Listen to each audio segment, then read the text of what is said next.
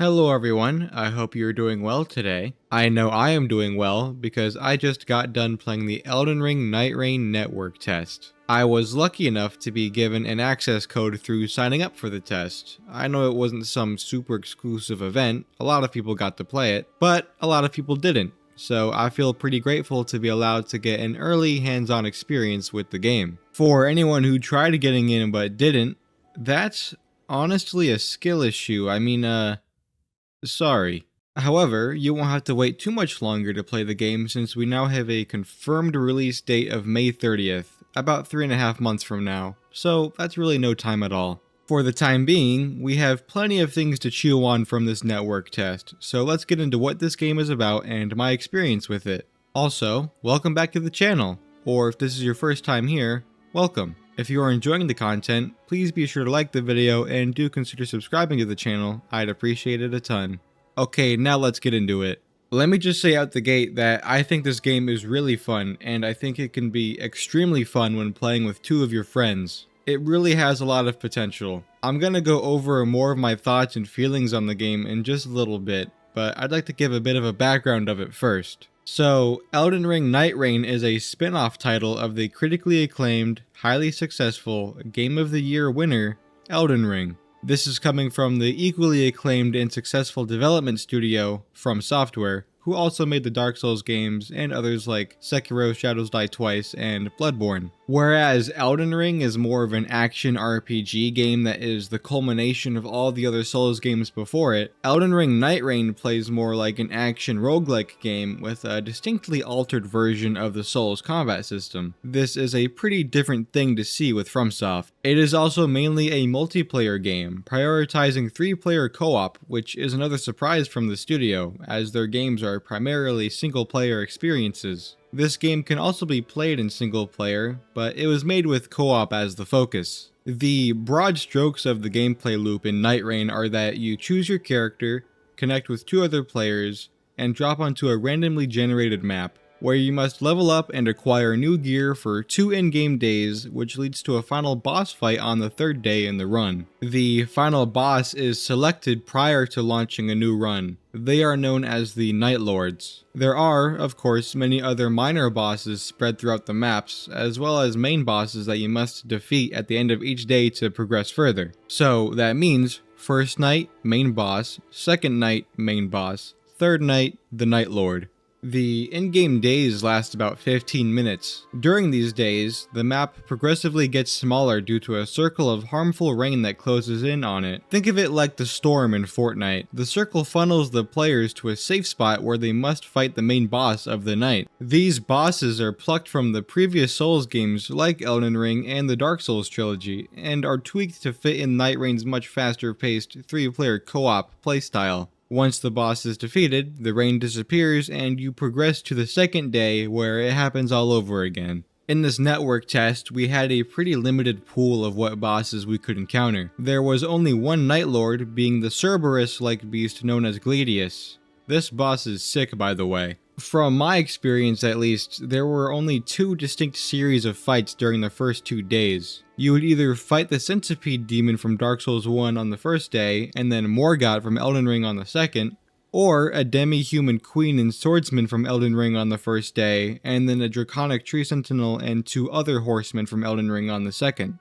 A pretty interesting thing that happens on the latter path is that Morgott can invade you during the 2nd day, before the rain is fully closed in. If you defeat him, you can seemingly delay the rain for a short while. Okay, let's talk about the characters real quick. There were 4 to pick from in the network test, though I think that number will be 8 once the full game releases. You can choose from the Wilder, an all-rounder with a grappling hook tool, the Guardian, a bulky and supportive tank character, the Duchess, a sort of glass cannon assassin, and the Recluse, a mage character. Each character has their own strengths and weaknesses, as well as unique abilities that set them all apart. They each have a passive ability, a skill with a cooldown, and an ultimate ability that they must build the charge for before using. For instance, the Wilder character has a passive ability where he negates the first instance of damage that would otherwise kill him. giving him a second chance in a fight. His unique skill is his grappling hook, where he can grapple to surfaces as well as enemies, either pulling them in or himself in, depending on their size. Lastly, his ultimate ability is a huge explosion that comes from the grappling hook, dealing significant damage and often staggering the enemy. When playing each of these characters, it is important to understand their playstyles so you can effectively maximize their potential while gathering loot. This means knowing what kind of weapons and buffs to look out for, as well as what items make the most sense to have on hand. You're constantly on the move in this game, so streamlining that decision process is the key to being successful during your runs.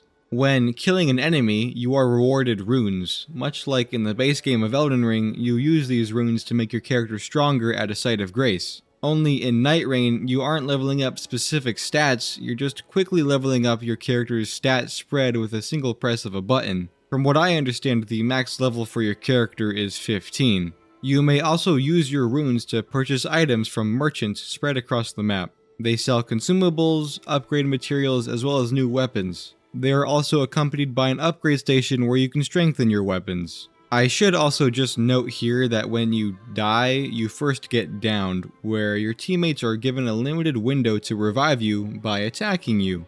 It's very intuitive. Another very important thing to make note of while playing the game is your flask charges. These are what heal you, and you have a limited number of them. They can be refreshed at sites of grace, and they also just gradually replenish over time. But anyways, what's important to look out for are the churches on the map. They are displayed on the map with this icon, and when you go to them, you can add an additional charge to your flask. Obviously, the more healing you have available, the better, so that should be a must during your runs. You may also restore your HP and FP as well as cure any status ailments from interactable features on the map. Another very important thing, you may carry up to 6 weapons in this game. There is no equip load, so you should fill up those 6 slots. Each weapon has with it a passive effect. A passive effect is active even if you aren't currently wielding its respective weapon. This means that they stack, so it is strongly encouraged to fill up those weapon slots no matter what. Some other huge distinctions to make between this game and the main game of Elden Ring is that there is no fall damage, there is no FP restoring cerulean flask, and there is no horse to ride on. To compensate for the lack of torrent in this game, your character can just run at his speed. You can also run and vault over walls and other surfaces, not unlike how you can in Sekiro. You can traverse great distances by summoning a spectral hawk at these special trees, and you can also jump great heights by interacting with the purple spirit springs across the map. One more thing, so at the end of each run, you collect these things called relics, which are permanent perks you can apply to your characters. Each relic can have up to 3 effects, with each character being able to equip 3 relics of certain colors. This allows for some carryover between runs, which is appreciated. Okay, so now I'd like to go over my quick thoughts and overall experience with the game. And yeah, overall, I had a really great time with the network test. Like I said earlier, I think it has incredible potential. Just seeing this game being a Frankenstein amalgamation of all of FromSoft Souls games with a co-op roguelike twist was not on anybody's bingo card for 2025 games. It almost just doesn't seem real. It's almost like one of those Elden Ring overhaul mods, but it's an actual Elden Ring spin-off game. The concept of it is just so interesting to me. It almost sounds like my ideal game. I like Souls games, I like roguelike games, I like playing with my friends, so why not just combine all those things? The gameplay loop is addicting. That's just the nature of the roguelike aspect. It is very fun to optimize your runs, learn all the characters, fight the new and returning bosses, and play together as a team. I think all the characters we could play as are really fun. I spent some time with each of them in the training area and with most of them in the actual expeditions. I didn't play as the recluse in a real match. I should have, but the mage archetype doesn't appeal to me as much as the others do.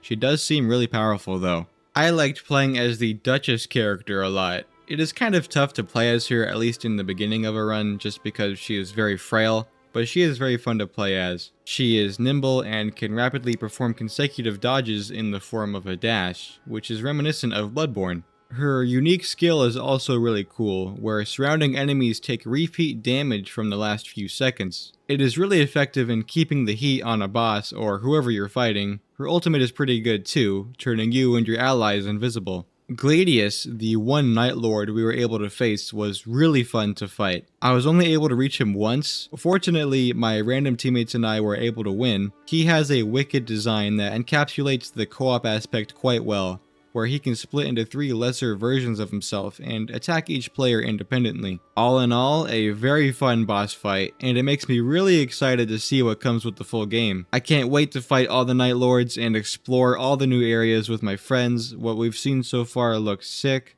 and I know FromSoft likes to save their really crazy stuff for the players who discover themselves. DLC has already kind of been confirmed for the game too, which will really help for its longevity. It is a multiplayer-centric game with repetitive gameplay, so you for sure need new content to keep it going strong for a while. Which, that would be a concern, that there might not be enough content to sustain a long playtime. The content that we currently have with the network test is very limited, like we only have a handful of bosses to fight as well as 1 or 2 versions of the map to explore.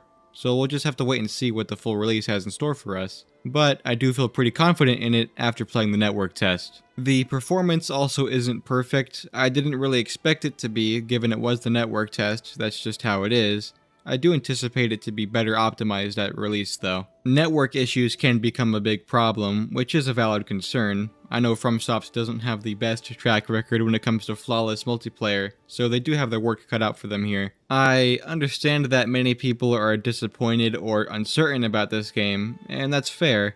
This is not something that you would typically want or expect from FromSoft. A lot of people may feel like that we're getting this game over something else that they could have made. I feel like this is just a side project for FromSoftware. Like, I don't think they're sacrificing another mainline Souls project for this game. You know, we have a different director for this game. Miyazaki is allowing new talent and leadership to rise up in the studio, and I think that's great. I genuinely feel like this game serves as a sort of playground for FromSoftware, testing different mechanics and features that they might implement into their future Souls projects and seeing how the players respond. I feel like they can afford to do that in this game with little consequence. If you have enjoyed the Souls games in the past, I think you can find some real entertainment value in this game, especially if you can get 2 of your friends to play with you. You can also play the game single player, but that's obviously not going to be the intended complete experience of the game. I understand why that can be a turnoff. But so far, I think it is my most anticipated game of this year, right next to the new Doom game, and I'm itching to play it again, which I think is a good sign.